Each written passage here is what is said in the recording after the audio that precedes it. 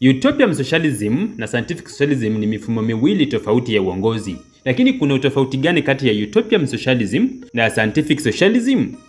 Ungana nami katika makala hii ili nikujuze tofauti na ufahamu zaidi kuhusu mifumo hii miwili ya uongozi. Makala hii ni special request na ni special dedication kwa mpenzi mfuatiliaji wa makala za tathmini ya dunia, Bwana Rogers Witiko. Utopian socialism ni nadharia ya kijamaa inayotetea jamii bora inayojengwa kwa misingi ya usawa, haki na ushirikiano bila mapinduzi ya ghasia au migogoro ya kitabaka.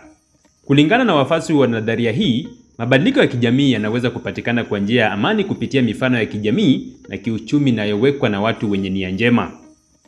Nadharia hii ilijitokeza mwanzoni mwa karne ya 19 ikiwa na mawazo yaliyotolewa na waandishi kama vile Robert Owen wa Uingereza, Charles Fourier wa Ufaransa